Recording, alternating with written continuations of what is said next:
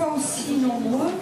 Et puis merci à vous, Ronnie Broman, qui nous faites l'honneur d'ouvrir ce cycle 2018-2019, dont le fil rouge sera tendu entre ce à quoi nous tenons vraiment et la fragilité à la fois individuelle et collective qui nous constitue. Pardon. Cette année encore, nous n'allons pas chercher une parole rassurante, combien même nous le voudrions. Nous n'allons pas non plus nous réchauffer avec des espoirs creux, dirait Simone Veil, ni nous bander les yeux ou nous enfouir sous les couvertures. Nous allons tenter de penser les règles d'une juste coexistence, d'une reconnaissance de communauté de destin. Humains, nous sommes plus fragiles que le verre, nous nous briserons d'une façon ou d'une autre, mais quant à cette fragilité naturelle, nous ajoutons la mise en danger de l'autre par mépris, par négligence, par injustice, par manque de volonté politique. C'est le présent que nous abîmons, que nous jetons dans l'abîme. Et la possibilité d'un espoir dont nous nous privons. Les ruines de Palmyre et d'Alep sont parlantes. Elles sont bien un avertissement. Les bombes, les hommes qui meurent sous les bombes, sous la torture, de faim ou dans des bateaux de fortune, ont perdu la parole. Il n'y a qu'une façon de continuer à les entendre, c'est de donner la parole à ceux qui pensent qu'il n'y a pas d'hommes en trop et qui, à aucun moment de leur engagement, n'ont perdu leur volonté de penser la raison humanitaire et leur volonté d'agir. Et cher Ronnie Broman, vous faites partie de ces hommes-là. Merci pour votre présence.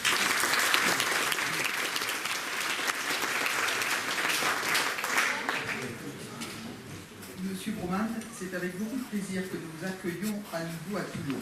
La dernière fois, c'était en 2004. Médecin de formation, du fait de votre action dans l'humanitaire, vous vous êtes trouvé sur le front de nombreux conflits. Thaïlande, Cambodge, Éthiopie, Somalie, entre autres. Vous avez dirigé Médecins sans frontières France de 1982 à 1994, mais depuis plusieurs années, vous privilégiez l'enseignement et la réflexion à travers la Fondation MSF et sa revue Crash. Vos engagements remontent à loin. Vous faites démarrer votre action militante en 1965. C'était, dites-vous dans le livre d'entretien avec Catherine Portevin, votre première manif pour le Vietnam. Et homme d'engagement, vous êtes resté. Vous avez témoigné de vos actions à plusieurs reprises. Vous avez pris position publiquement chaque fois que cela vous semblait indispensable. En 2006, à propos des frappes israéliennes au Liban. En 2011, contre l'intervention en Libye. En 2013, pour un bombardement symbolique en Syrie, après les attaques chimiques dans la Ghouta. En vous lisant, on trouve un fil rouge, la remise en question. Remise en question de vos actions, des choix faits dans certaines circonstances, car quand on a les mains dans le cambouis, quand on est dans l'urgence, on agit, et la réflexion vient après. Et vos différents ouvrages témoignent de cette volonté de retour en arrière, de l'analyse a posteriori de ce qui fut fait, sans écarter la critique. Avec la volonté, dites-vous, de comprendre les implications politiques et morales du geste humanitaire.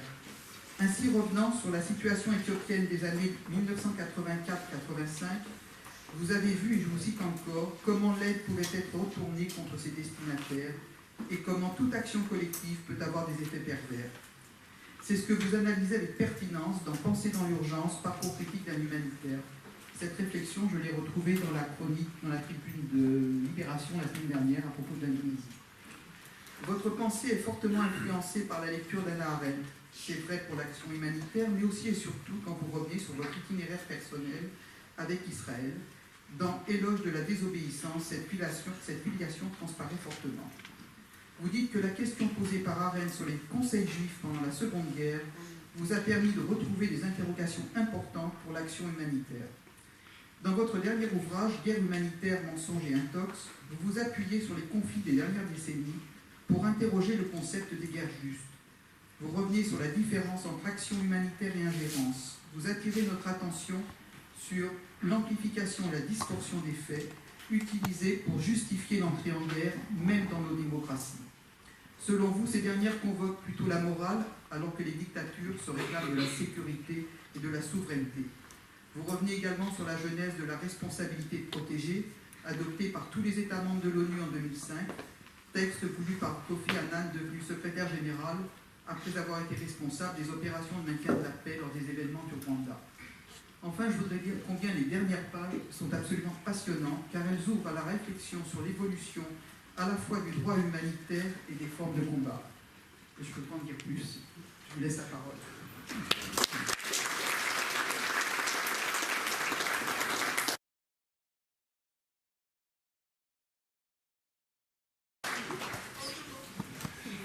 Merci. Merci pour cette présentation très élogieuse. Il va falloir que j'essaye de me montrer à la hauteur de cette introduction. J'espère que l'exercice sera réussi.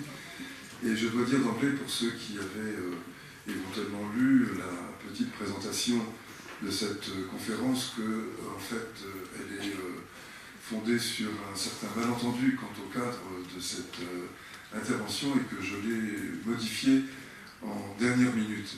Et c'est plus aux dernières lignes qui viennent d'être lues que je vais, vers ces dernières lignes, que je vais m'orienter plutôt qu'à une analyse des principes humanitaires, ce que j'avais initialement conçu, mais parce qu'il y avait un certain malentendu sur le public.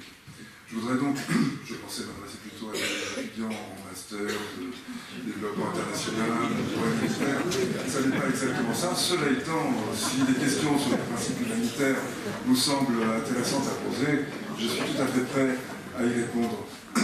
Mais mon changement de fusil d'épaule, c'est-à-dire un fusil qui ne tire pas, mais mon changement de fusil d'épaule correspond, je crois, beaucoup plus à l'esprit général à la fois du cycle de conférences que j'ai l'honneur d'inaugurer ce soir, mais aussi à la présentation qui a été faite, car c'est à la notion de guerre humanitaire que je vais m'attacher aujourd'hui, en essayant de démonter devant vous ce qui pour moi reste une des mystifications les plus énormes, les plus impressionnantes de ces dernières années, une mystification, disons, qui peut prendre place à côté de celle à laquelle nous avons assisté, mais de façon critique, en 2003, lorsque les États-Unis de Bush ont décidé d'aller détruire de fausses armes de destruction massive en Irak et y ont semé le chaos que l'on observe encore aujourd'hui, chaos qui s'est étendu à la région. Eh bien, ce qui me frappe, et j'entre déjà dans le vif du sujet, c'est que l'esprit critique qui fleurissait en France, en Europe d'ailleurs plus largement, et d'ailleurs plus largement qu'en Europe, dans le monde entier, cet esprit critique a été comme suspendu, voire presque totalement anesthésié en 2011, lorsque, dans le contexte des révolutions arabes, des soulèvements démocratiques arabes, disons, on a commencé à battre le tambour pour préparer à une intervention en Irak. Et je dévoile tout de suite l'intrigue, le nœud de l'intrigue, les raisons qui étaient avancées pour cette intervention en Libye, cette guerre qui a été menée au, disons, régime de Kadhafi, pour ne pas dire à la Libye dans son ensemble.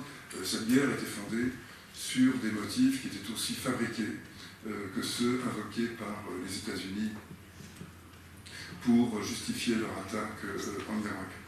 Et ce qui est d'emblée frappant, et je vais ensuite entrer vraiment dans la description des événements, ce qui est d'emblée frappant, c'est que l'enthousiasme que manifestait la presse et l'opinion américaine en fin 2002 et début 2003 en soutien à cette intervention armée, à cette invasion de l'Irak, enthousiasme qui était vu ici avec beaucoup d'esprit critique, beaucoup de dérision. Ces grands naïfs que sont les Américains marchaient comme un seul homme derrière leur président, un petit peu débile.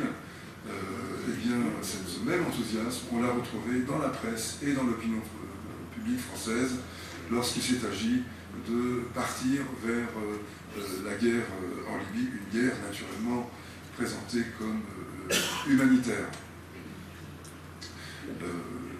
La guerre de Libye a en effet été présentée comme l'accomplissement d'un droit d'ingérence que les Nations Unies avaient remanié à leur façon en faisant la déclaration dite « responsabilité de protéger » en 2005 lors du 60e anniversaire de la création des Nations Unies. eh bien, la première application de cette responsabilité de protéger, c'est en Libye qu'on l'a observé, et on va voir à quel point ces notions peuvent être facilement malléables, arrangées, ces notions juridiques qui peuvent justifier la guerre.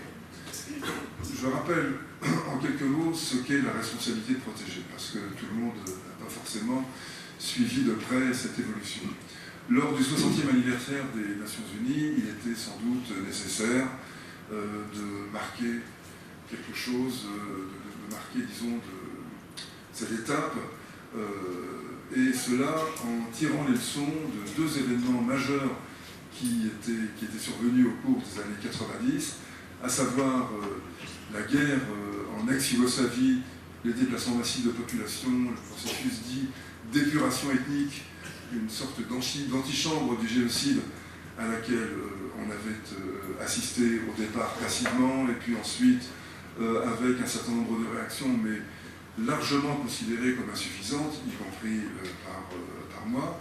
Donc cette plaie restée ouverte de la guerre de Yougoslavie a été, coexistait avec une autre plaie symbolique et matérielle restée ouverte également, celle du génocide rwandais, celle du génocide Tutsi, commis au Rwanda en 1994, donc contemporain de ce que nous observions en ex-Yougoslavie. Et ce sont ces deux événements, la guerre atroce d'ex-Yougoslavie et le génocide non atroce, enfin, plus atroce encore, si on peut faire une échelle dans l'atrocité, que nous avons vu au Rwanda, qui s'est déroulé pratiquement au vu et au su de tout le monde. C'est ce qui lui donnait cette caractéristique particulièrement choquante. Et bien, à la suite de ces deux événements, une commission a été mise en place par le Canada.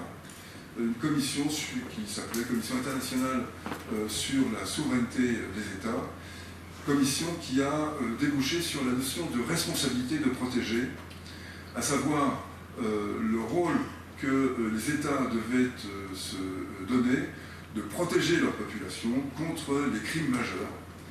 Protection qui, si elle était défaillante, voire était originaire des États, devait être assurée par la communauté internationale organisée, à savoir l'ONU. Et donc, en 2005, a été adopté par les Nations Unies un document sous le nom de responsabilité de protéger, document au terme duquel, en cas de crime de guerre, crime contre l'humanité, crime d'épuration ethnique ou crime de génocide, la communauté internationale, sous l'égide du Conseil de sécurité des Nations Unies, se donnait la possibilité d'utiliser la force pour mettre un terme à ces exactions de masse. Autrement dit, juste un petit aparté pour les juristes ou les gens intéressés par le droit international, les crimes de masse devenaient un enjeu de sécurité globale, une atteinte à la paix et à la sécurité internationale, et permettait donc d'activer le chapitre 7 des Nations Unies, lequel autorisait l'usage de la force pour rétablir un ordre international plus décent. Cette déclaration, je dis déclaration car ce n'est pas exactement une résolution, le statut de ce document est encore un peu flou, mais peu importe. Disons, cette déclaration a été saluée par les ONG, par la presse, par les universitaires, par beaucoup, comme un grand progrès, et on le comprend d'ailleurs, parce que fondé, adossé à ces événements atroces, ils offraient non pas peut-être la promesse, mais enfin ils auguraient d'un chemin nouveau que prendrait la communauté internationale en rendant impossible ou plus difficile les crimes de masse. Personnellement, je ne partageais pas l'enthousiasme, et nous étions quand même un certain nombre dans cette situation, je ne partageais pas l'enthousiasme manifesté dans le milieu des organisations de défense des droits de l'homme ou d'action humanitaire en particulier, qui voyaient un progrès important qu'il fallait soutenir. Il y a d'ailleurs eu une coalition internationale pour la responsabilité de protéger qui rassemblait de très nombreuses ONG du Nord et du Sud, en provenance des 5 continents, attestant le soutien que la communauté humanitaire, au sens le plus informel, le plus général du terme, apportait à cette déclaration, à cette initiative des Nations Unies. Si je ne partageais pas cet enthousiasme, c'est parce qu'il me semblait que l'ONU, qui a certes des prérogatives de maintien de l'ordre, au sens où elle est habilitée à mobiliser une force lorsque, par exemple, un pays en envahit un autre et qu'il est nécessaire de faire sortir ses troupes. Je pense par exemple à la première guerre du Golfe en 1991, lorsque l'Irak a envahi le Koweït et que cette coalition internationale sous direction états-unienne a été mise en place pour faire sortir les troupes irakiennes du Koweït. Donc on voit, on a plusieurs exemples antérieurs de coalitions onusiennes formées pour rétablir, disons, un minimum d'ordre international, c'est-à-dire au moins empêcher un pays d'en envahir un autre.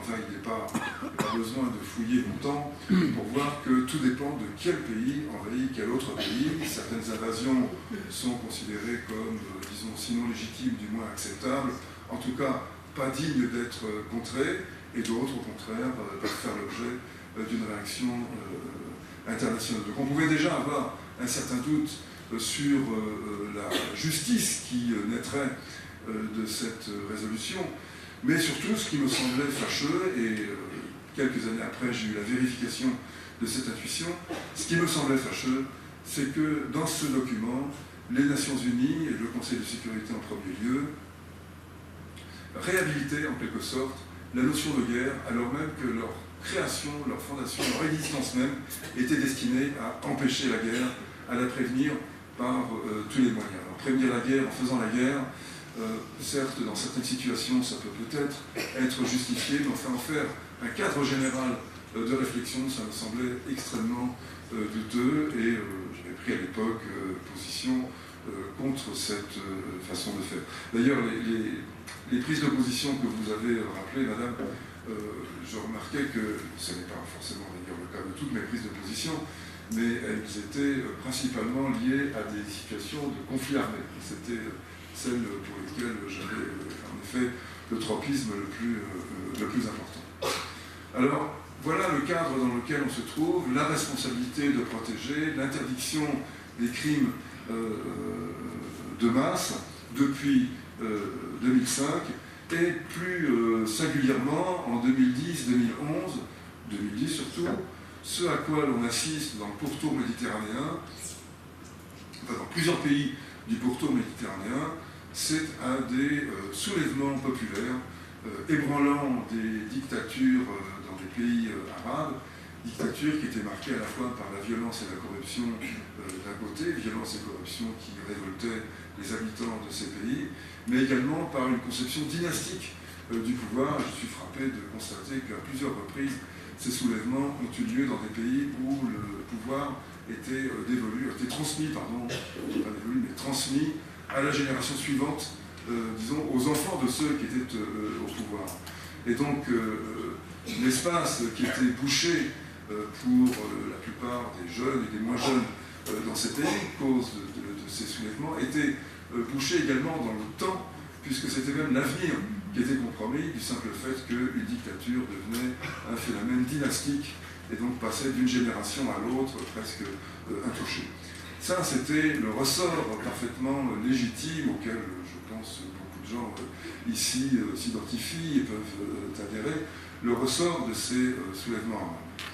On se souvient que la France avait été critiquée pour, la France donc sous l'égide du président Nicolas Sarkozy à l'époque, avait été critiquée par un certain nombre d'intellectuels, d'éditorialistes, enfin, fait l'objet d'une critique publique du fait de la tiédeur avec laquelle les autorités gouvernementales françaises avaient réagi face à ce soulèvement.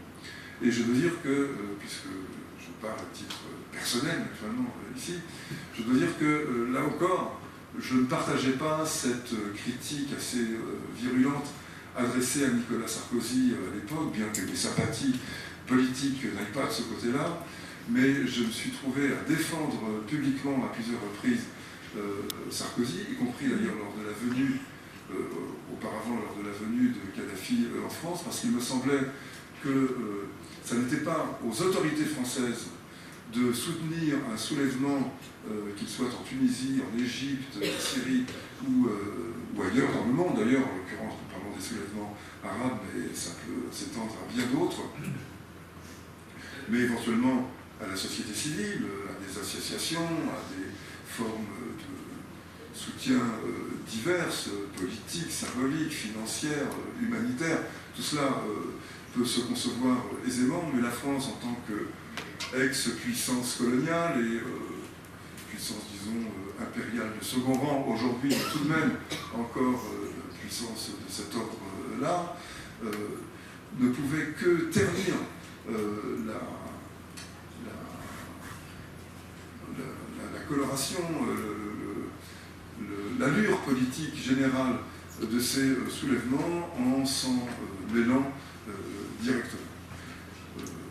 Je mets un bémol à cette critique en rappelant que Michel Alliot-Marie, alors ministre des Affaires étrangères du gouvernement Sarkozy, avait jugé bon, non pas cette fois-ci d'apporter un soutien tiède au soulèvement tunisien, mais au contraire un soutien enthousiaste à la répression du soulèvement tunisien. Alors là, c'était vraiment trop, et dans l'autre sens, c'était extrêmement choquant, c'était une bévue politique de premier ordre. D'ailleurs, elle a été considérée comme telle assez rapidement, mais en tout cas, elle a eu lieu. Cette bévue-là, je la condamne, je suppose, comme beaucoup ici. En revanche, je trouve que ça n'était pas aux autorités françaises à se mêler de cela. Ces révolutions démocratiques ne pouvaient être authentiquement des révolutions démocratiques si elles émergeaient du fond des sociétés dans lesquelles elles prenaient place, et non pas avec des aides toujours considérées comme suspectes de la part d'une ancienne puissance coloniale, et on comprend naturellement pourquoi elles pourraient l'être. Toujours est-il que c'est dans ce contexte-là, et je le rappelle parce que je crois qu'il a une importance, il a une certaine importance si on cherche à analyser les décisions de la présidence française à cette époque.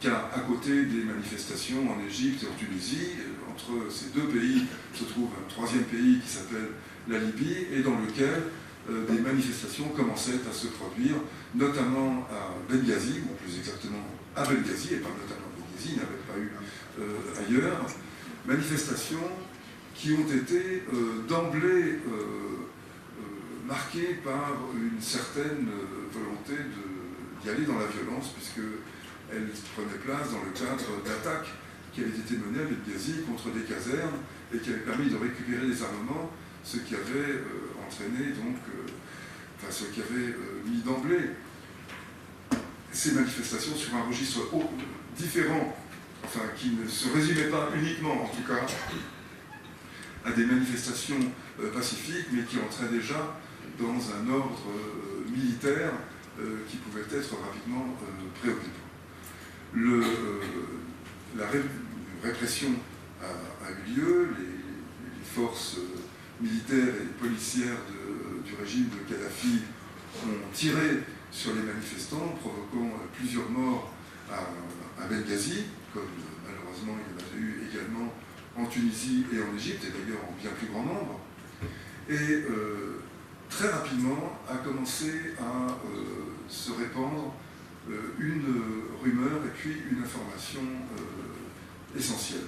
La rumeur, c'était que des troupes prenaient place, qu'une répression sanglante risquait de s'abattre sur, disons, les différents soulèvements libyens. Et puis, 8 jours après cette première manifestation, qui a lieu le 15 février 2011, 8 jours après, le 23 février de cette même année, nous apprenons qu'une manifestation qui se déroulait à Tripoli, sur une place où s'étaient rassemblés en solidarité avec les manifestants de Benghazi, un certain nombre d'habitants de Tripoli défilant, se rassemblant contre le régime de Kadhafi. Et nous apprenons que le régime de Kadhafi a envoyé son aviation pour attaquer ces manifestations, donc mitrailler par des avions militaires à Tripoli même. C'est rare de réprimer une manifestation par l'aviation. Enfin, bon, les choses peuvent toujours nous étonner et être authentiques.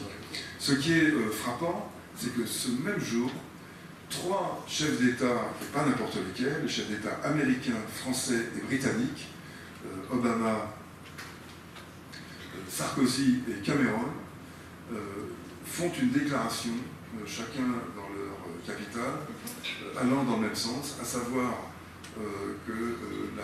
émettant une condamnation extrêmement ferme, ça peut se comprendre, à l'encontre du régime Kadhafi, mais une condamnation assortie d'une menace directe qui s'énonce comme telle: un chef d'État qui envoie son aviation contre son peuple n'est plus digne de gouverner, il doit partir. Et 3 chefs d'État membres permanents du Conseil de sécurité et disposant d'une force militaire capable de se projeter loin de ses frontières, c'est leur caractéristique à tous les 3, il n'y a pas tant d'États que cela dans le monde capable de réaliser ce genre de choses, cela commençait à avoir un certain parfum de guerre. Et il est intéressant de tracer l'origine de cette information. L'origine de cette information, c'est la chaîne qatari Al Jazeera qui, ce jour-là, interrompant ses programmes ordinaires, passe à l'antenne un coup de téléphone d'un téléspectateur d'Al Jazeera qui appelle la chaîne depuis cette place de Tripoli sur son portable et qui, sur un ton haletant, paniqué, décrit des scènes d'horreur qui sont celles dont on a entendu parler, des gens qui sont des rafales de mitrailleuses qui traversent la place, des gens qui tombent comme des mouches, la panique qui gagne tout le monde, bref, une scène d'angoisse absolument révoltante. Scène d'ailleurs qui est retranscrite de façon extrêmement précise à la page 1 du livre de Bernard-Henri Lévy qui s'appelle « La guerre sans l'aîné ». Et Bernard-Henri Lévy nous invite à prendre en charge l'importance de l'origine des événements. Il nous dit, ce sont les premières lignes de son livre, c'est pour ça qu'en plus ça m'a frappé. Je n'ai pas lu le livre en entier, je peux dire, j'ai eu cette patience-là, mais ces premières pages m'ont quand même marqué. On a toujours intérêt, dit-il, à envisager les commencements, à analyser les commencements, car la moitié de ce qui suit se trouve dans le commencement. Et je suis en désaccord sur bien des sujets avec Bernard-Henri Lévy, mais pas sur celui-ci. En effet, on a toujours intérêt à regarder les commencements. Eh bien, qu'est-ce que ce commencement? Ce commencement est un énorme mensonge. Ce témoignage a probablement été formulé par un acteur ou un journaliste ayant des talents de comédien dans les studios de la chaîne qatari à Dubaï, mais certainement pas sur la place de Tripoli où il n'y avait aucun manifestant et évidemment aucun avion mitraillant les 10 manifestants. Je signale au passage d'ailleurs qu'en tout et pour tout, pendant toute la guerre de Libye, qui a duré 8 mois, 2 avions ont décollé, et ces 2 avions ont décollé en direction de Malte. Les pilotes demandaient l'asile politique et voulaient fuir. Donc, aucun avion, pas plus d'avions que de beurre en branche, ni hélicoptère, ni rien du tout. D'ailleurs, probablement pas même de manifestation ce jour-là à Tripoli. Cette affaire est entièrement inventée, mais il est quand même intéressant de voir qu'elle a été considérée comme une vérité que personne ne remettait en cause, au point que 3 chefs d'État réagissent et annoncent pratiquement que la guerre est imminente, en Libye, en tout cas qu'une intervention armée est imminente. 15 jours après, le site de la Maison-Blanche affichait une phrase assez sibylline, mais qui était tout de même intéressante à considérer, à savoir que tout bien considéré, en gros je la retraduis avec mes mots, tout bien considéré, cette attaque dont il a été question à Tripoli 15 jours auparavant n'a pas pu être démontrée. On ne sait pas en fait si elle a eu lieu. Une façon diplomatique d'annuler la déclaration qui avait été faite auparavant. Les États-Unis avaient au moins l'honnêteté de reconnaître que les déclarations initiales était fondée sur un mensonge, ou en tout cas une erreur au minimum, mais ne reposait sur rien de réel. Mais il se trouve que ce même jour, et là je pense qu'il y a une coïncidence, moi je ne parle pas d'un point de vue conspirationniste où tous les événements prennent place dans un ordre facilement repérable, loin de moi cette idée de simplification trompeuse, mais la coïncidence veut qu'une conférence de presse est tenue à Paris par le secrétaire général de la Ligue libyenne des droits de l'homme, conférence au cours de laquelle est annoncé le premier bilan de la répression de Kadhafi, à savoir 6 000 morts qui sont déjà à déplorer, 3 000 à Benghazi, 2 000 à Tripoli et 1 000 à Sirte et dans quelques autres villes importantes de Syrie. De Libye, pardon.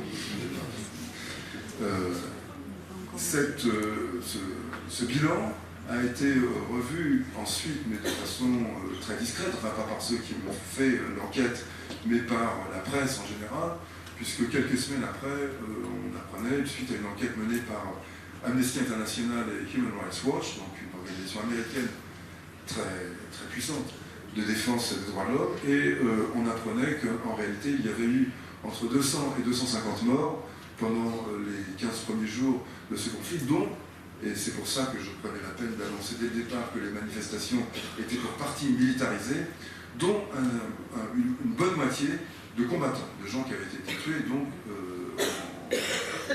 au combat, dans un début de guerre civile qui était encore très retenu à ce moment-là, mais qui était tout de même un début de guerre civile. Donc on voit un deuxième mensonge propagandiste très affirmé, très clair, qui ne rencontre là encore aucune critique. Ni la première déclaration sur l'attaque des manifestants, ni la deuxième déclaration concernant le bilan extrêmement lourd qui aurait été à déplorer, ne font l'objet du moindre recoupement, vérification de sources, demande de photographie. D'ailleurs, je signale au passage qu'en Libye, comme ici, tout le monde a au moins un smartphone dans la poche, et qui dit smartphone dit caméra vidéo, extrêmement facile d'emploi, capable de photographier ou de filmer une scène.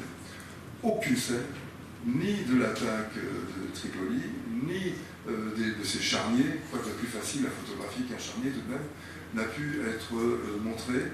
Mais en dépit de cette absence d'image, c'est la crédulité qui l'emportait, en tout cas la confiance qui l'emportait, alors que chacun devrait savoir tout de même que les périodes de début de guerre ou de conflit en train de se nouer sont les périodes les plus propices à toute forme de propagande. Nous devrions quand même avoir au moins tiré cette leçon-là de tous les conflits précédents dans lesquels nous avons été engagés. Eh bien, rien de cela ne se manifeste. Comme je le disais, on constate une anesthésie totale de l'esprit critique et même pas le moindre désir de tenter de recouper des informations d'une gravité extrême qui sont reçues comme l'expression d'une vérité observable, vérifiable, recoupée comme il se doit. Et puis enfin vient le troisième bobard, 15 jours plus tard, avec une sorte de périodicité quand même assez frappante, c'est celui de la colonne de chars en train de se diriger vers Benghazi pour écraser dans le sang les émeutiers, les manifestants qui étaient donc sur le pied de guerre là-bas. Il faut avoir juste une petite idée très rapide de ce qu'est la géographie de ce point, c'est-à-dire entre Tripoli, d'où venaient les chars, et Benghazi, où était la destination finale de cette colonne, s'étend une côte rocheuse, aride, il n'y a pas de forêt, il n'y a pas d'anfractuosité, c'est un terrain totalement découvert, propice à toutes les surveillances, à toutes les photos, et non loin de la côte libyenne, patrouillaient déjà un certain nombre de bâtiments, dont d'ailleurs le port d'attache n'est pas d'ici, enfin est ici à Toulon, avec les moyens énormes d'un groupes aéronavals, les hélicoptères, les drones d'observation, les avions, sans parler des photos satellites. Alors, là encore, aucune image de la colonne de chars ne nous est parvenue. Le vide était complet, mais l'envie, semble-t-il, de croire à ce qui était énoncé était si forte que personne ne semblait vouloir vérifier les assertions qui étaient avancées à ce moment-là. On est là vers le 17 mars,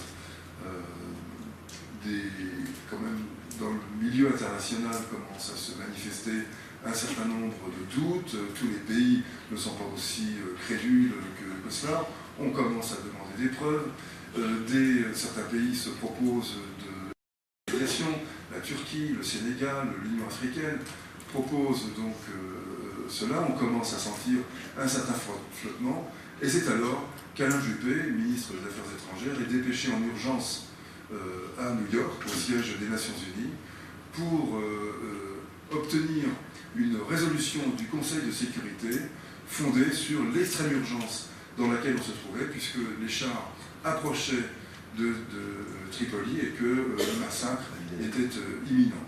Il est minuit moins 5, disait encore notre philosophe national, notre propagandiste national, devrais-je plutôt dire.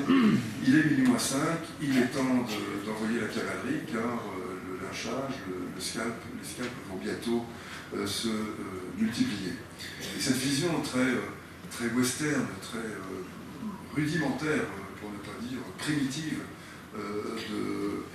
des manifestants démocratiques encerclés par des chars, des gens qui ne voulaient que leur perte et leur destruction, a tout emporté sur son passage. Et le lendemain, le samedi 18 mars, était votée la résolution 1973 qui prévoyait donc, au nom de la responsabilité de protéger, la protection de la population de Benghazi par tous les moyens nécessaires.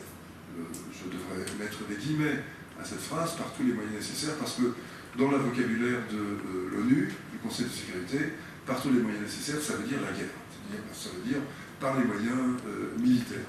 Et en effet, on assistait aux premières rafales d'envoi de missiles détruisant des pistes, des centres de commande, des centres de radar, etc.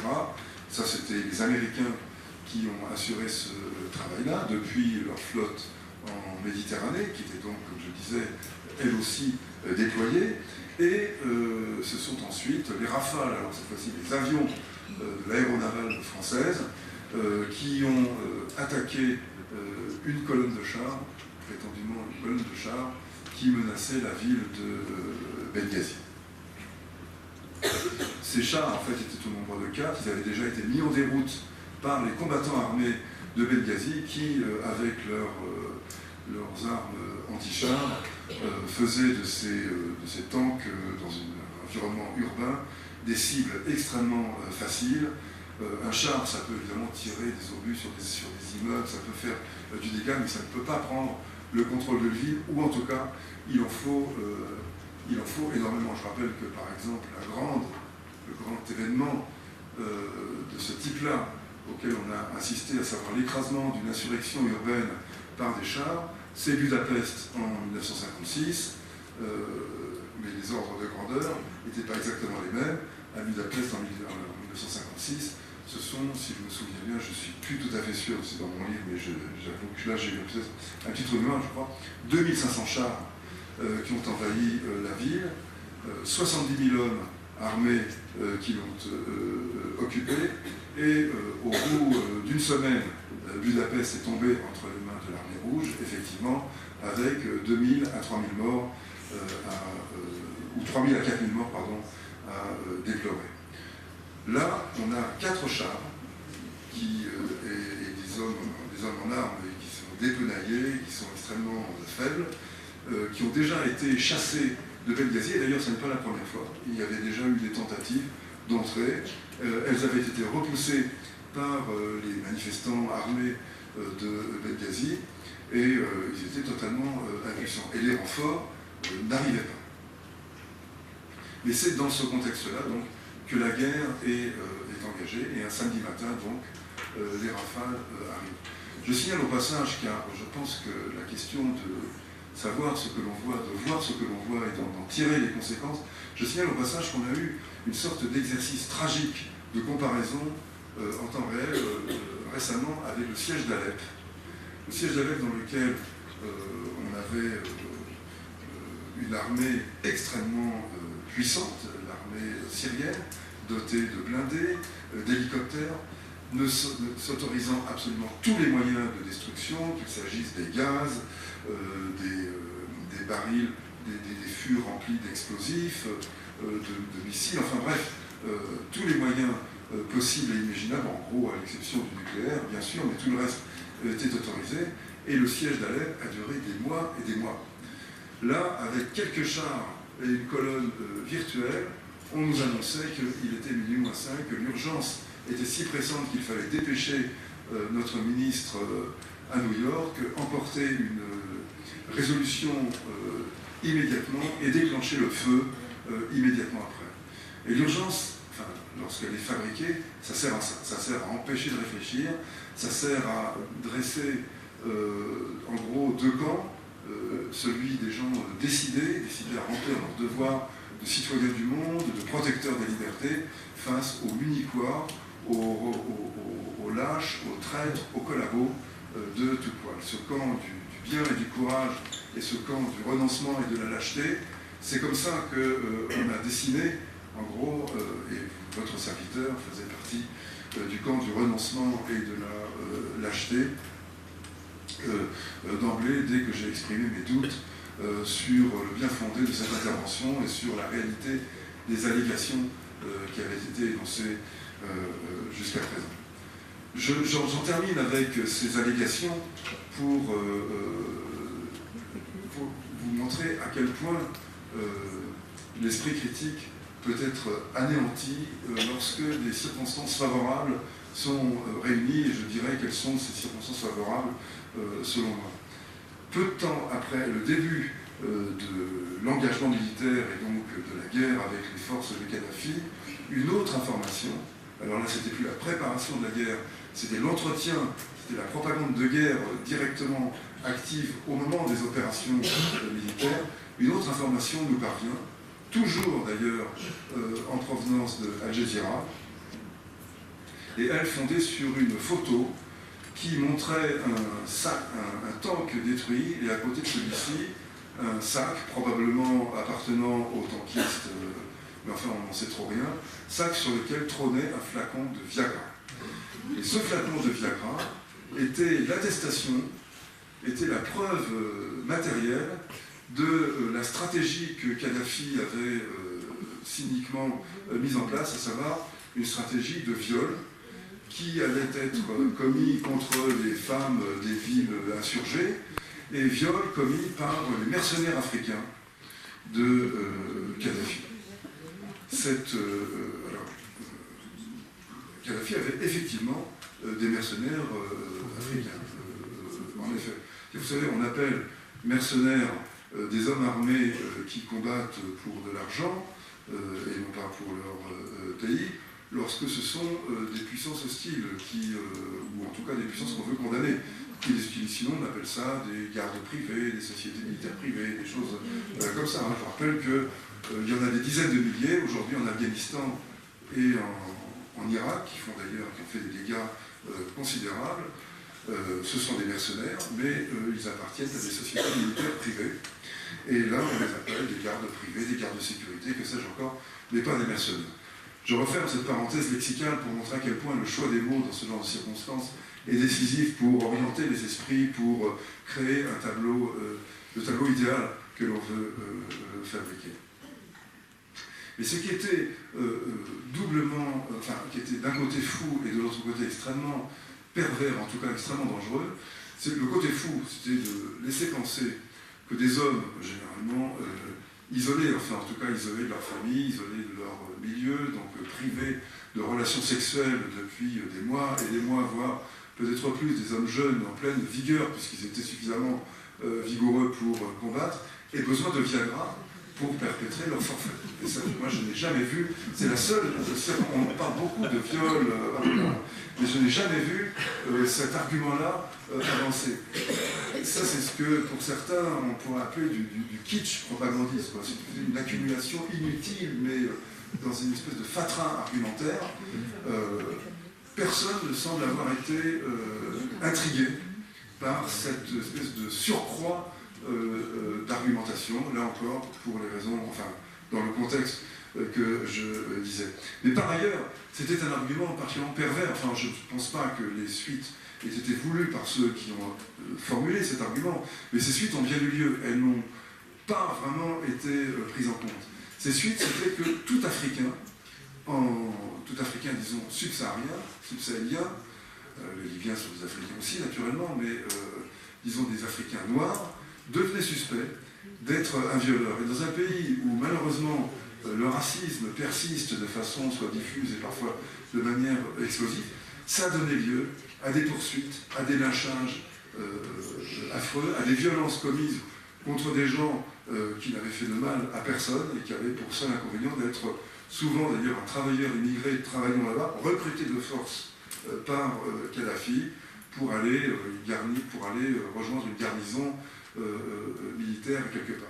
Personne ne s'est interrogé sur les responsabilités nouées par les auteurs de cette allégation énorme de la stratégie de viol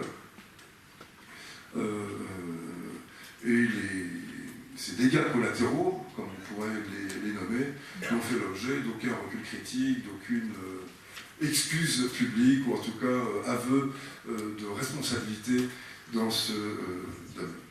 Voilà, donc quel était le contexte? D'un point de vue, disons, de la déontologie journalistique ou de l'esprit citoyen, ce qu'on a constaté là, c'est une confusion entre le possible et le plausible, et entre le plausible et le factuel. Il était effectivement tout à fait envisageable qu'un chef d'État, un dictateur comme Kadhafi, envoie la troupe pour mater une répression. C'est ce qui a été fait dans les pays voisins, et Kadhafi était effectivement un dictateur. Je tiens à préciser que je m'approprie aussi cette qualification pour qu'il n'y ait pas d'ambiguïté sur d'éventuelles sympathies que je pourrais avoir pour ce régime. Je n'en avais et je n'en ai toujours absolument aucune. Mais de là à lui prêter des exactions qu'il n'a pas commises, il y a un pas que je trouve on devrait se garder de franchir en général, pas pour protéger Kadhafi, mais pour protéger la vérité, pour protéger la rigueur de l'information, pour savoir ce que l'on fait. Et lorsqu'on s'engage dans un acte, dans une intervention aussi grave que de déclencher la guerre, toutes les précautions doivent être prises pour s'assurer que les motifs qui président à cet engagement sont bien réels. Mais par ailleurs, et j'aurai encore 2 points et j'arrêterai là mon laïus, par ailleurs, c'est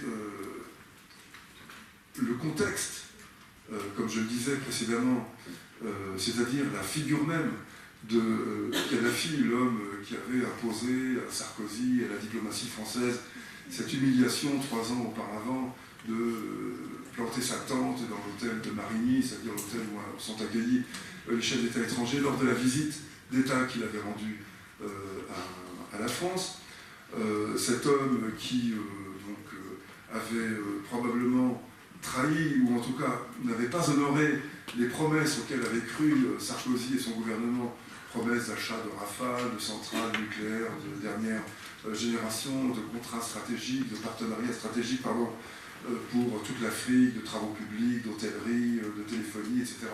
Donc il y avait un énorme enjeu économique pour la France, enfin en tout cas pour la présidence de la France de l'époque, enjeu qui a été non vérifié, enfin qui s'est avéré être une pure et simple mystification de ce côté-là. Et cet ensemble d'un chef d'État qui a toujours défié tout le monde, qui s'est mis en délicatesse, voire en conflit avec pratiquement l'ensemble des chefs d'État du monde arabe était effectivement extrêmement vulnérable, mais vu de la France avec sa tête de sans-papier, avec, disons, sa tête d'arabe caricaturale, il représentait quelque chose comme une cible idéale.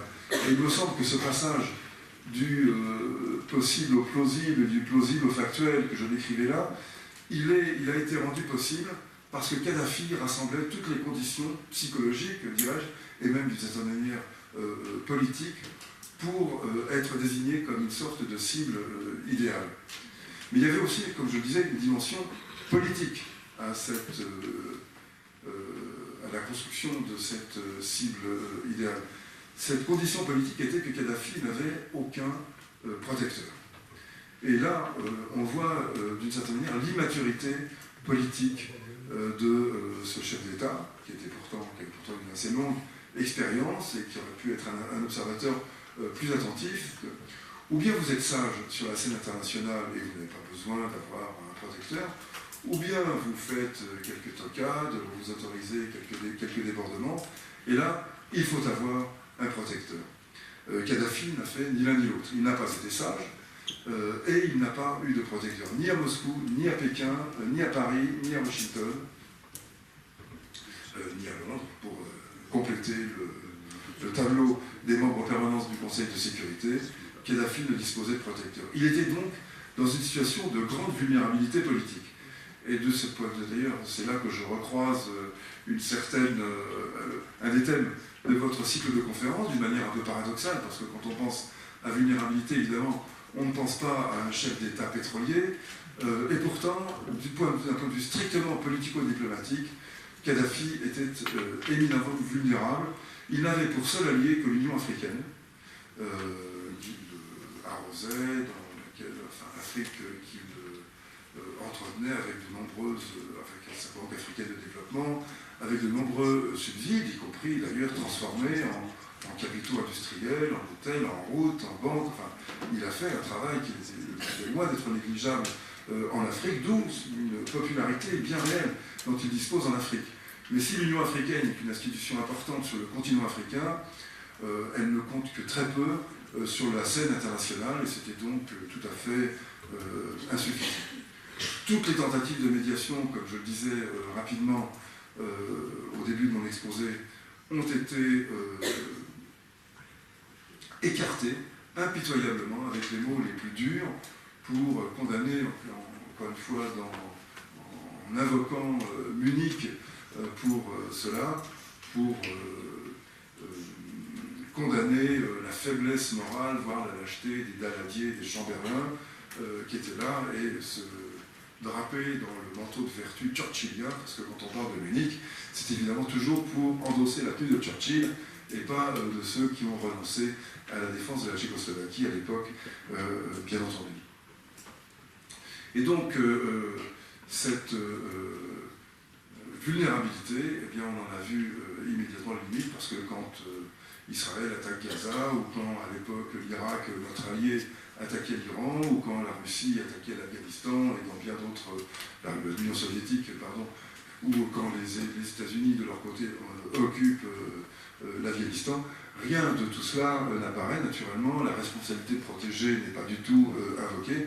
En revanche, là, elle l'a été, parce qu'il y avait cette fenêtre de faiblesse qui s'est ouverte, et probablement, pour un chef d'État comme Sarkozy, l'occasion de marquer l'histoire de son empreinte. Un chef d'État, chaque chef d'État, si on regarde d'ailleurs depuis De Gaulle, sous la Ve République, avec des pouvoirs considérables dont bénéficie le président de la République, pouvoirs d'ailleurs qui sont absolument exorbitants, qu'aucun autre pays démocratique dans le monde ne reconnaît comme tel. Nous sommes une exception, et c'est extrêmement préoccupant à mon avis, d'un point de vue démocratique, d'un point de vue citoyen. Tous les chefs d'État ont eu, d'une certaine manière, leur guerre. Petite ou moyenne, mais en tout cas, il s'agissait d'avoir sa guerre. Parce que, sans doute, quand on franchit les portes de l'Élysée, eh bien, on sait qu'on est le chef des armées, et que quand on a un jouet comme ça, à un moment ou à un autre, on est tenté de s'en servir. Et c'est bien le problème qui me semble le plus préoccupant, et je note d'ailleurs que le consensus dont je parlais au début, cet accord général, ce soutien, 2 tiers des Français, selon les sondages, soutenaient l'intervention en Libye, en tout cas au début. Aujourd'hui, tout le monde considère que c'est une erreur, mais chacun, vous le noterez peut-être, lorsque les éditorialistes ou des gens qui ont activement soutenu cette entreprise impériale évoquent le chaos que cela a semé, à la fois dans le pays et dans la région, au Mali, au Niger, en particulier avec la prolifération des armes, avec les arsenaux qui ont été vidés et qui se sont déversés dans toute la région. Chacun considère que ce chaos, cette fragmentation, cette libanisation du pays est bien un résultat de l'intervention irresponsable qui a été menée.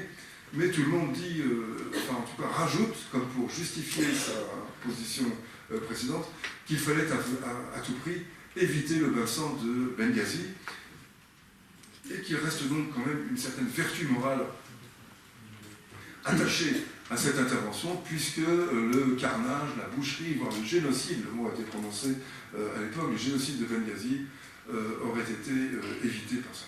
J'espère avoir donné des éléments qui permettent, je pourrais en donner d'autres dans la conversation suivante si vous le souhaitez, mais des éléments qui permettent de faire litière de cet argument. Mais c'est celui auquel continuent de se cramponner la plupart de ceux qui ont soutenu une intervention qui n'a semé que le désastre et le chaos derrière elle d'une manière totalement irresponsable. Et je terminerai en disant que sur la responsabilité de protéger, que les termes qui ont été employés pour faire adopter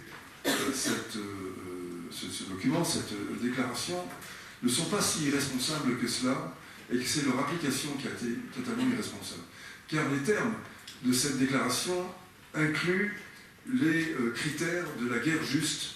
Alors je ne vais pas là les développer parce qu'ils sont dans mon petit livre, et pour ceux que ça intéresse, c'est facile à creuser, mais je n'en mentionnerai qu'un seul. Une guerre est juste quand un certain nombre de conditions ont été remplies, plus le fait de pouvoir raisonnablement penser que la situation consécutive à la guerre sera préférable à la situation antérieure à la guerre. C'est ce qu'on appelle les chances raisonnables de succès dans le vocabulaire consacré. Or, il était absolument limpide, évident, et je ne le dis pas a posteriori, puisque c'était déjà ce que je m'employais à dire chaque fois que je pouvais je pouvais prendre la parole publiquement, donc c'est pas par sagesse rétrospective, mais c'est par simplement le minimum de connaissance des terrains de conflit que j'ai personnellement ou indirectement. Je voyais ça, cette situation était absolument incontrôlable. Il était évident qu'en intervenant, on allumait des mèches qui allaient mener vers des barils de poudre cachés dont on n'avait absolument pas conscience, et qu'on créait une situation qu'on ne pourrait à aucun moment contrôler. Donc, aucune chance raisonnable de succès n'était présente, et finalement, c'est le caractère totalement irresponsable de cette déclaration de guerre qui me semble important à avoir à l'esprit. Je ne suis personnellement pas pacifiste, je ne suis même pas non-interventionniste de principe. Je pense qu'entre l'impérialisme, qui a été une tare politique majeure et qu'il faut que je critique et dans lequel je ne me reconnais pas, mais aussi le souci de préserver la vie de grandes quantités de populations potentiellement menacées ici ou là, il y a un équilibre à trouver. Et là, il n'y avait pas de grande quantité de populations menacées, il y avait un énorme mensonge destiné à faire croire que ces populations étaient menacées, et il n'y avait aucune chance d'imaginer qu'une autorité fédératrice inclusive allait prendre le contrôle du pays, comme par magie surgit des décombres de l'intervention, et assurer donc un après-guerre paisible, pas forcément immédiatement démocratique, mais en tout cas se situant dans un cheminement vers la démocratie. Ces conditions n'étaient absolument pas réunies, il était totalement évident, inscrit, que c'était, comme on dit en anglais, une recette pour le désastre. C'est bien ce qui s'est passé, et mon dernier mot sera un mot de regret. Je regrette qu'aucune commission d'enquête parlementaire, aucune mission d'information n'ait été mise en place pour mettre au clair les conditions dans lesquelles cette guerre a été déclarée et progresser vers une situation constitutionnelle dans laquelle le chef de l'État sera obligé de rendre compte d'une décision aussi grave que d'engager sa troupe, non pas pour défendre le pays, mais pour en attaquer un autre, devant le Parlement. Voilà, je vous remercie pour votre attention et je suis prêt à...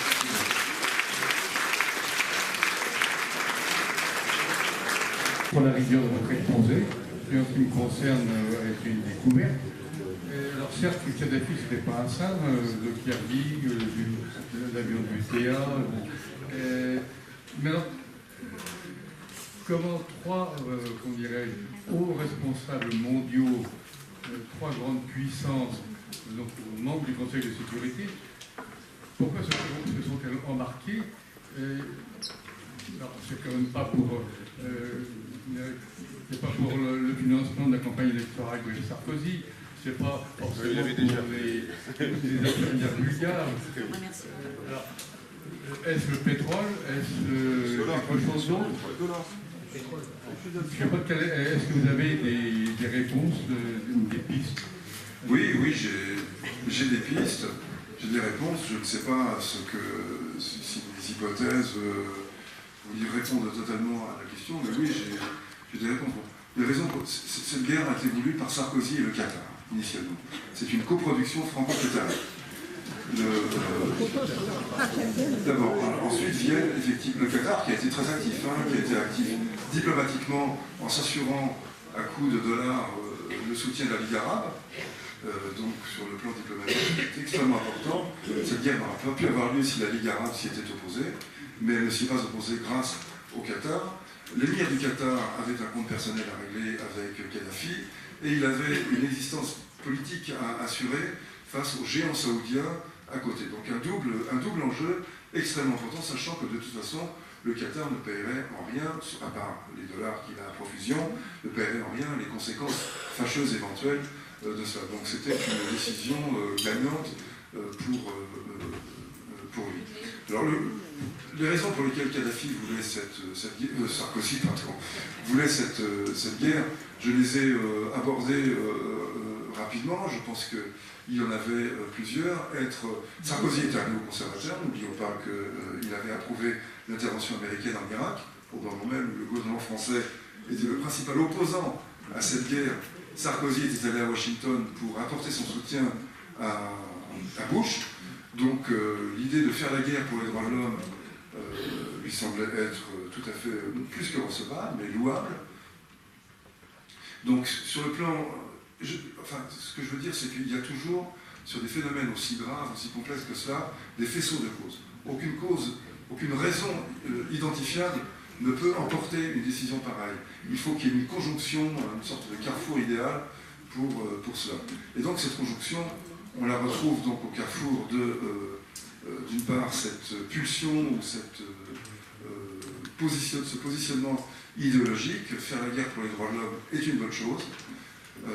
D'autre part, Kadhafi avait ridiculisé Sarkozy, puisque tous les contrats mirifiques signés lors de cette visite en 2007, au cours de laquelle il avait obtenu la libération des infirmières bulgares.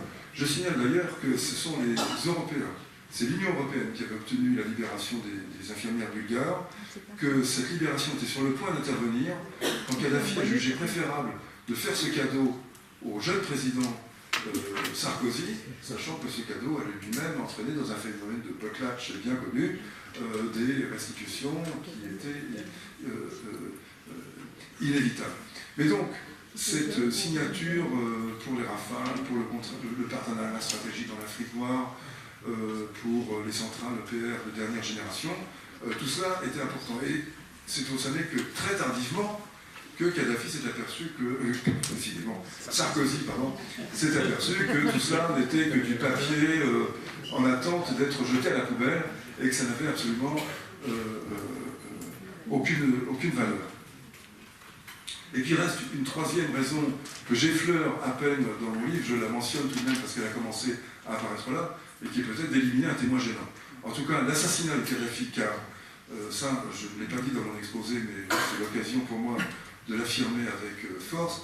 Kadhafi n'est pas mort dans le contexte d'affrontement, il a été abattu, il a été assassiné, il fuyait la ville de Sirte dans un convoi civil qui a été attaqué par une escadrille de l'OTAN, il a été blessé, il est sorti de son véhicule, et là, des milices locales l'ont pris en charge, milices au sein desquelles se trouvaient, c'est pratiquement officiel, des forces spéciales françaises qui se sont assurées que tout allait se passer conformément aux vœux, en tout cas à ce que je considère comme des vœux présidentiels, à savoir que Kadhafi ne devait pas sortir vivant de cette histoire, parce que, évidemment, un tribunal devant lequel ce chef d'État déchu aurait comparu, aurait voulu savoir ce qu'il faisait de tout son argent, etc.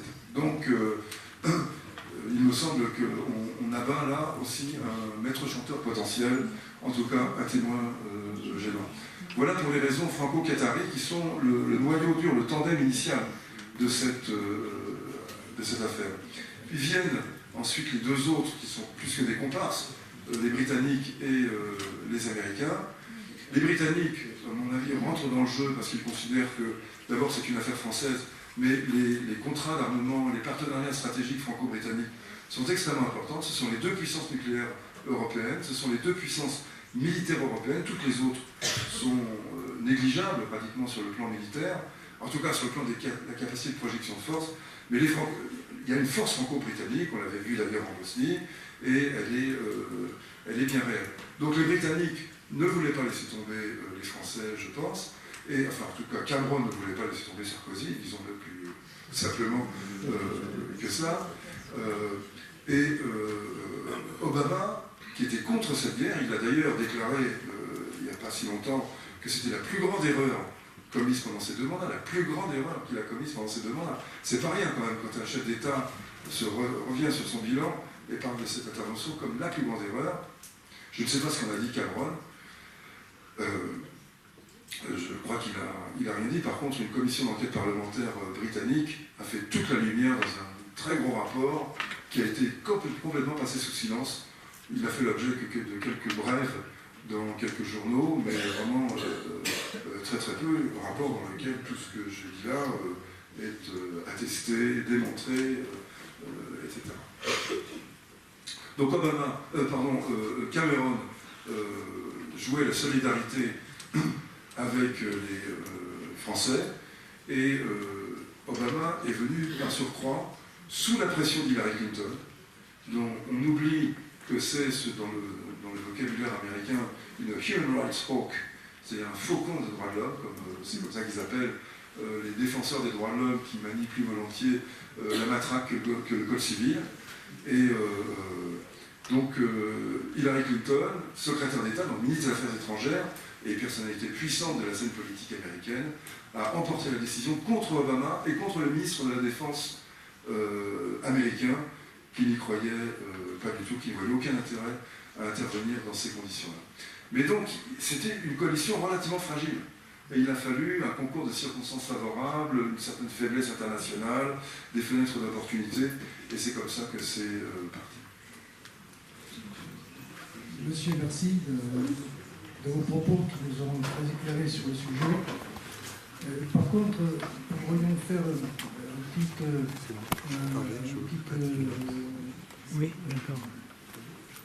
comparaison entre l'emballement qui a été fait pour la Libye et la timidité observée pour la Syrie.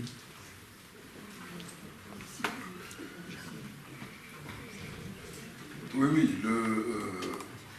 disons, commençons par constater qu'il y a une vingtaine de pays qui sont engagés dans le conflit syrien. Entre les voisins immédiats qui sont tous présents, Turquie, Arabie Saoudite, Iran, Liban, etc. Disons, des proches de ces pays, les Émirats américains, les Russes, les Français. Donc il y a je ne dirais pas une coalition, parce que tous ne sont pas du même côté, mais il y a des regroupements internationaux extrêmement importants qui sont à l'œuvre sur différents terrains, mais tous sur le plan militaire en Syrie. Donc, si vous voulez, quand on parle d'une timidité internationale, on laisse entendre que ce conflit se déroule en vase clos, à l'abri des ingérences et dans une indifférence mondiale coupable. Moi, il me semble au contraire que c'est un surcroît d'ingérence, un surcroît d'intervention que souffre aussi la Syrie. D'abord, la Syrie souffre de son régime, un régime criminel qu'il faut appeler comme tel. Mais la souffrance surajoutée, à mon avis, c'est dans ces interventions internationales qu'il faut le voir, car en dehors d'elles, le soulèvement démocratique était très puissant en Syrie, qui a ensuite été capté totalement par les djihadistes et entièrement, enfin très largement, pas entièrement, je retire c'est entièrement, mais largement dévoyé par ces gens-là, qu'on n'a pas envie non plus de voir au pouvoir.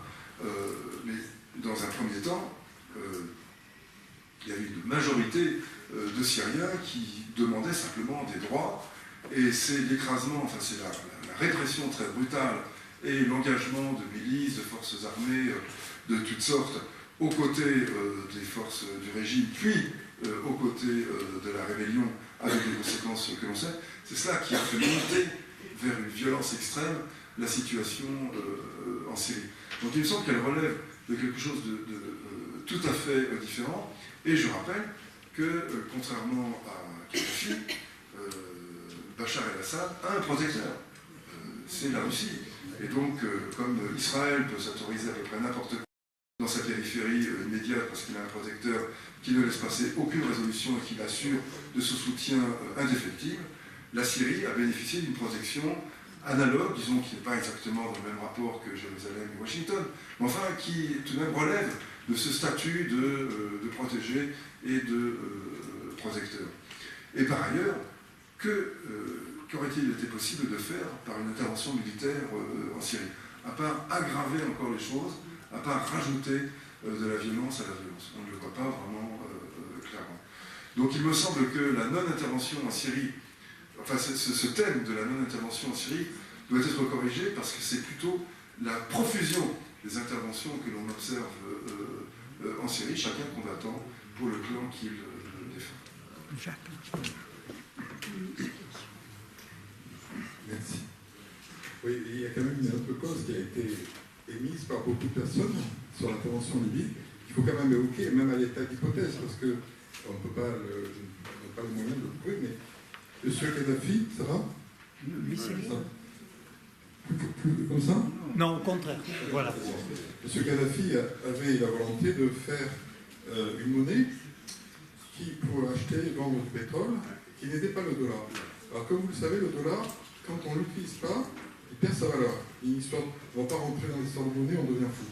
Mais, et en gros, quand on n'utilise pas une monnaie, plus on utilise une monnaie, plus elle a de la valeur. Et si il avait, c'était le début de la non-utilisation du dollar, surtout qu'il y avait les BRICS qui, déjà à l'époque, commençaient à essayer de ne pas utiliser le dollar et qui continuent.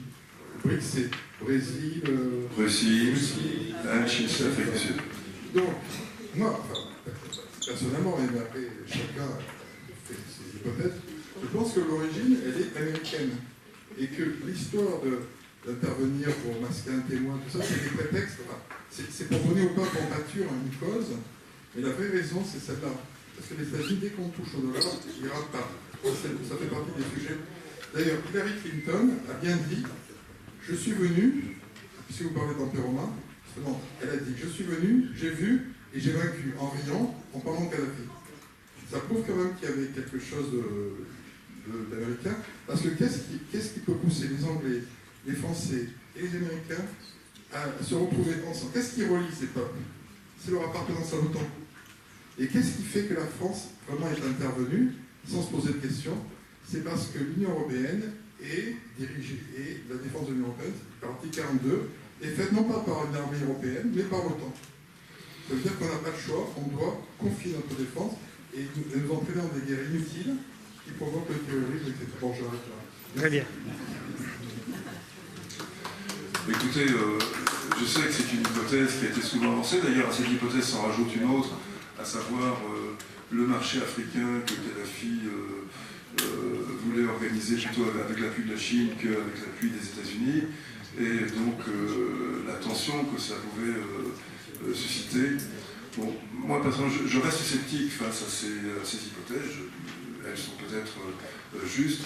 Moi, dans l'histoire que j'ai pu vivre en tant que témoin ou reconstituer a posteriori dans le cadre des quelques recherches que j'ai faites pour mon livre, me laisse penser que l'initiative est plus euro-qatari, et pour ce qui concerne l'Europe, ça n'est pas la défense du dollar qui est à l'ordre du jour. Donc cette hypothèse me semble relativement faible, enfin je reconnais que je n'ai pas l'ensemble des données, et on verra peut-être ultérieurement des documents qui viendront à l'appui de celle-ci. Ça, c'est l'avenir qui tranchera.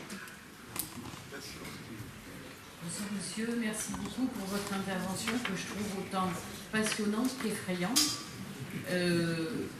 Vous avez dit que donc il y avait eu un mensonge qui avait berné l'ensemble de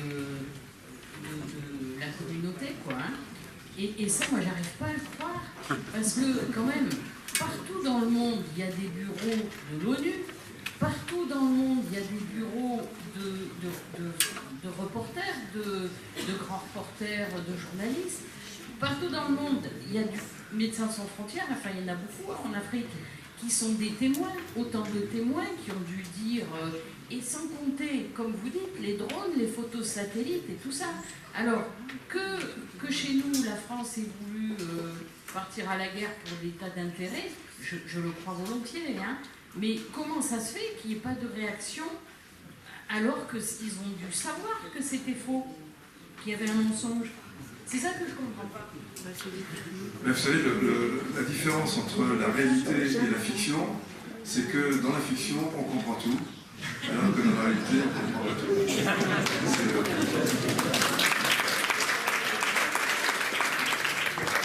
Mais je réponds par une boutade qui n'en est pas vraiment une. Effectivement, il y a de l'incohérence, il y a des zones incompréhensibles. Et si je précisais que je ne suis pas conspirationniste, c'est aussi parce que je suis partie de ceux qui pensent que dans la réalité, il reste toujours des zones d'ombre et que la faiblesse du conspirationnisme, c'est précisément de prétendre tout expliquer. Moi, je n'ai pas cette prétention-là. Et en effet, ce que je dis est extrêmement inquiétant.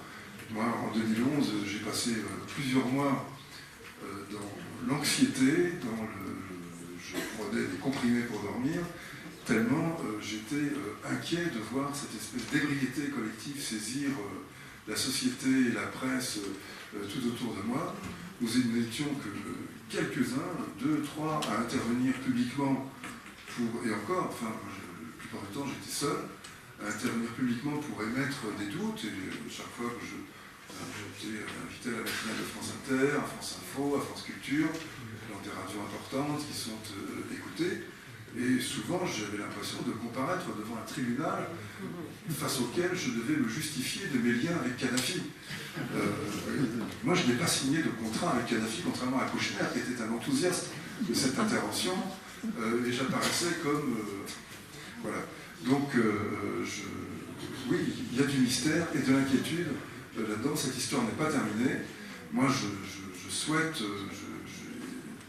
j'ai pas su saisir les occasions récemment que j'aurais pu attraper pour tenter de provoquer une commission d'enquête, publier une lettre ouverte avec quelques centaines de signatures pour demander une mission d'information. Je dis ça parce que j'avais fait ça avec d'autres amis pour le Rwanda, à la fin des années 90, une mission d'information parlementaire sur la France et le génocide au Rwanda. Là, malheureusement, je ne l'ai pas fait, et j'attends encore qu'une commission, mais enfin, le Parlement est très occupé, apparemment, donc c'est pas possible. Mais c'est à la fois inquiétant et encore, en effet, énigmatique. J'ajoute à cela, pour quand même qu'on ne balance pas par-dessus bord toute la presse comme ça. Les reportages qu'on pouvait lire de la part des journalistes, et j'en ai relu a posteriori un certain nombre, ils étaient tout à fait décents. Les journalistes racontaient, les reporters racontaient ce qu'ils voyaient. Mais vous ne racontez pas ce que vous ne voyez pas. Donc il y avait des reporters avec Gazi, des reporters à Tripoli, quelques reporters avec... et puis il y avait cette espèce d'attaché de presse de Sarkozy qui était partout, je veux dire Bernard-Henri Lévy, qui remplissait une partie des médias et qui imposait une sorte de tonalité générale sur le risque de carnage toujours potentiel. Et c'est pas évident de dire non, il n'y a pas de risque de carnage dans de telles situations. Voilà, mais donc les reportages étaient crédibles. Ce qui manquait, c'était une analyse d'ensemble de ce qui était dit, de ce qui était constatable sur le terrain et le rapprochement entre les deux. Mais en tout cas, la réalité, elle peut être énigmatique et contradictoire, et c'est une de ses caractéristiques, me semble-t-il. Bonsoir. Merci tout d'abord pour votre intervention. Vous avez parlé de l'intervention en Irak. Donc, la France avait pu s'opposer à cette intervention par rapport à 2 éléments. Tout d'abord, elle a un siège permanent au Conseil de sécurité des Nations Unies. Et deuxième chose, elle était sortie du commandement intégré de l'OTAN. Et là, on voit que ces 2 éléments commencent à être menacés, entre guillemets. Tout d'abord, on voit que depuis quelques semaines, il est question de céder le siège à l'Union européenne. Donc, si ça avait été le cas en 2003, je pense que la France n'aurait pas pu s'opposer à la guerre en Irak. Donc, ça, c'est la première menace. Et deuxième chose, on voit que maintenant, ça rejoint un peu ce qu'il disait, on est souvent aligné aux interventions, notamment américaines, par l'appartenance à l'OTAN. Et malheureusement, il me semble que ceci est gravé dans le marbre par rapport à un des traités qui a été ratifié en 2008. Donc du coup, par rapport à ces 2 éléments-là, il ne serait pas préférable peut-être de sortir de l'Union européenne pour récupérer notre indépendance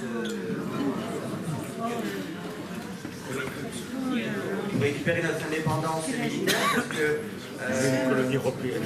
Oui, ça a une connotation sortir de l'Union européenne un peu bizarroïde. C'est comme certains sujets dans les médias, quand on aborde certains sujets, de suite, comme c'est connoté et c'est porté par l'extrême droite, forcément, l'idée a une connotation d'extrême droite, alors que ce n'est pas du tout le cas. D'ailleurs, le peuple britannique l'a fait il y a presque 2 ans, et le peuple britannique n'est pas connu pour être d'extrême droite. Voilà, donc pour récupérer l'indépendance, je voulais avoir votre avis, peut-être que ça permettra à la France d'avoir enfin des choix militaires indépendants et d'éviter d'être aligné.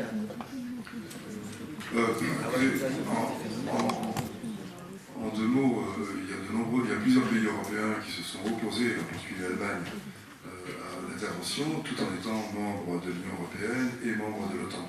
Donc ce n'était pas en soi une impossibilité, loin de là, ça a été au contraire. Et d'ailleurs au départ, ce n'est pas l'OTAN qui s'engage, c'est Sarkozy et l'émir du Qatar. L'OTAN n'intervient que dans un 2e temps, à partir du moment où il devient clair que les moyens militaires nécessaires pour assumer cette intervention ne sont pas mobilisables par la France et la Grande-Bretagne seules, et qu'ils nécessitent plus de moyens de commandement, de contrôle, dans l'ensemble. Donc moi personnellement, j'étais absolument, là je parle en tant que citoyen, comme vous, comme chacun d'entre nous, j'étais totalement opposé à l'entrée de la France, à la réintégration de la France dans le commandement militaire de l'OTAN, pour des raisons probablement proches de celles des vôtres, c'est-à-dire cette espèce de système d'alliance qui nous engage d'une manière assez pressante. Mais l'Allemagne c'est différent, parce que constitutionnellement elle ne peut pas envoyer de troupes à l'étranger, mais enfin elle aurait pu soutenir cette intervention, or elle s'y est opposée, elle a d'ailleurs été vouée aux gémonies. Il faudrait relire les articles critiquant Merkel et de l'époque, qui sont insultants, ils sont épouvantables. Mais bon, pour revenir à votre question, je pense qu'il y a une bonne raison de dire qu'il serait bien de sortir de l'OTAN, mais que ce n'est pas la guerre de Libye qui apporte un argument décisif sur ce plan. Tout à fait au fond, là-bas, Jacques. Au fond.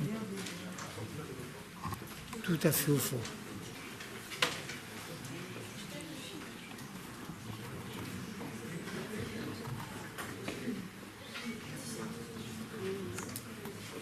Merci aussi pour votre intervention, riche en enseignements. J'avais une question concernant la place des ONG et dans l'action qu'ils ont à mener compte tenu des infos que vous pouvez avoir, et quels peuvent être leurs poids dans la prévention par rapport à ces conflits. Parce que là, de ce que vous avez amené comme élément, on peut être inquiet par rapport aux intervenants des ONG sur place.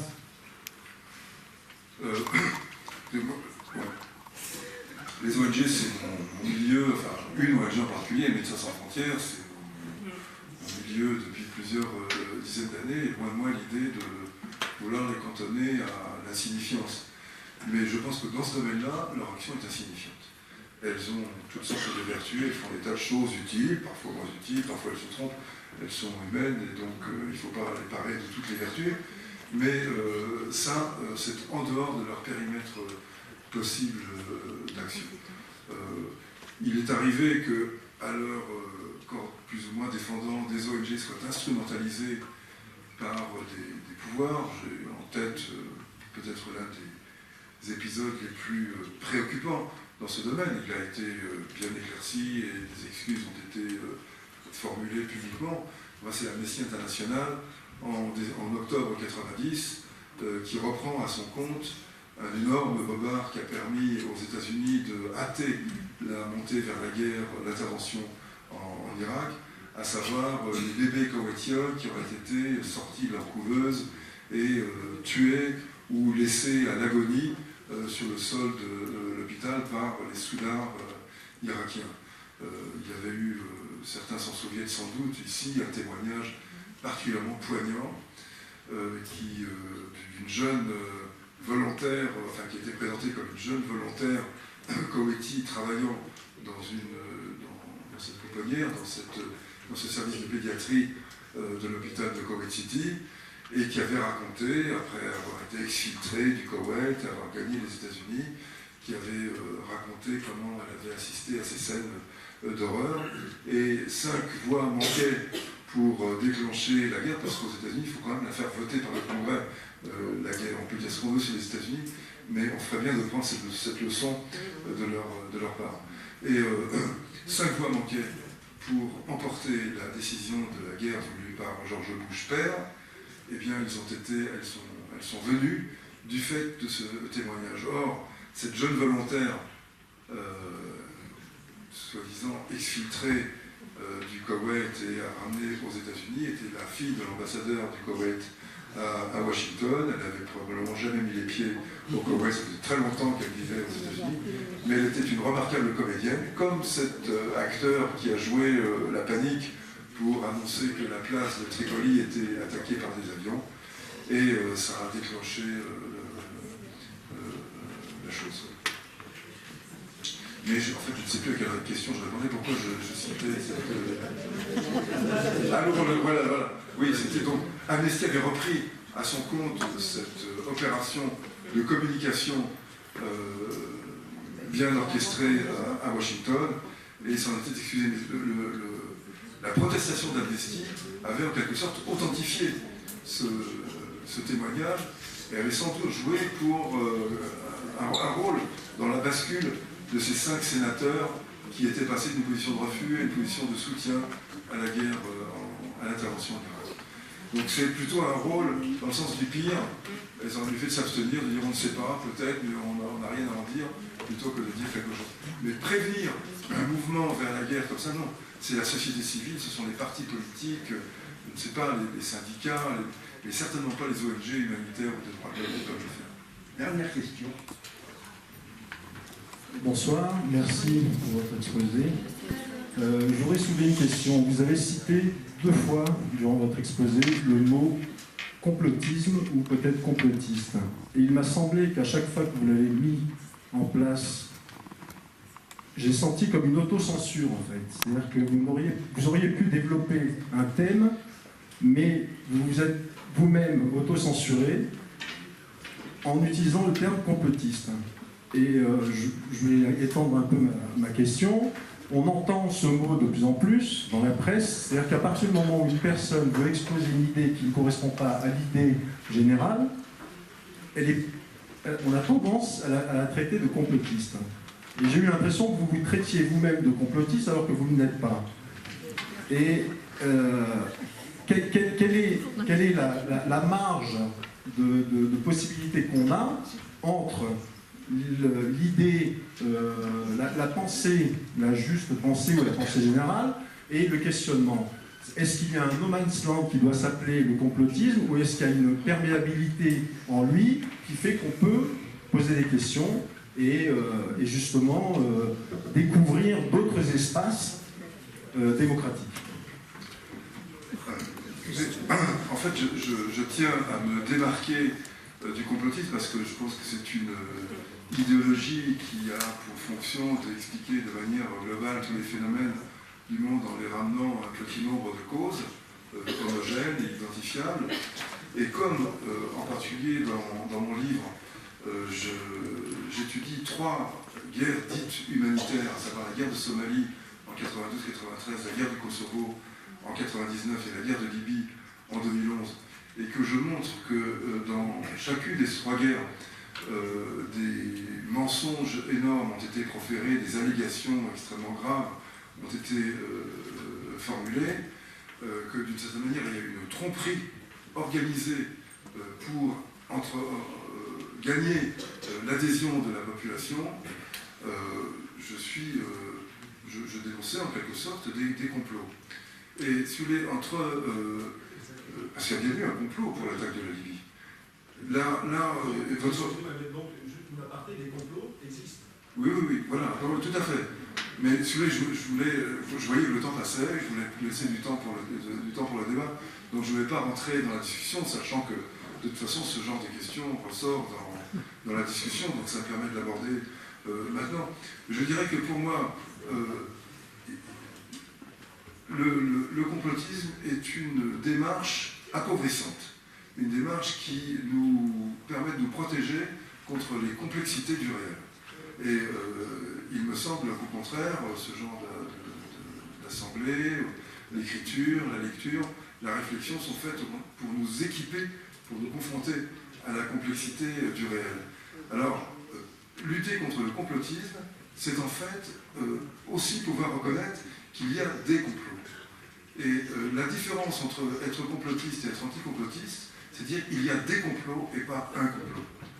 En l'occurrence, il y a eu en effet un complot, en anglais on dirait conspiracy, hein, c'est la traduction, donc conspirationnisme, il y a une perméabilité entre les 2 langues là, pour ça. Et moi je n'ai aucun scrupule, aucun problème à reconnaître qu'il y a des complots. D'ailleurs, mon livre est destiné à en décrire plusieurs, et donc à aider les gens à se mettre en garde, à s'équiper, à s'outiller intellectuellement pour résister à ce genre d'emprise. Voilà donc ce que j'aurais pu dire dans le cours de mon exposé.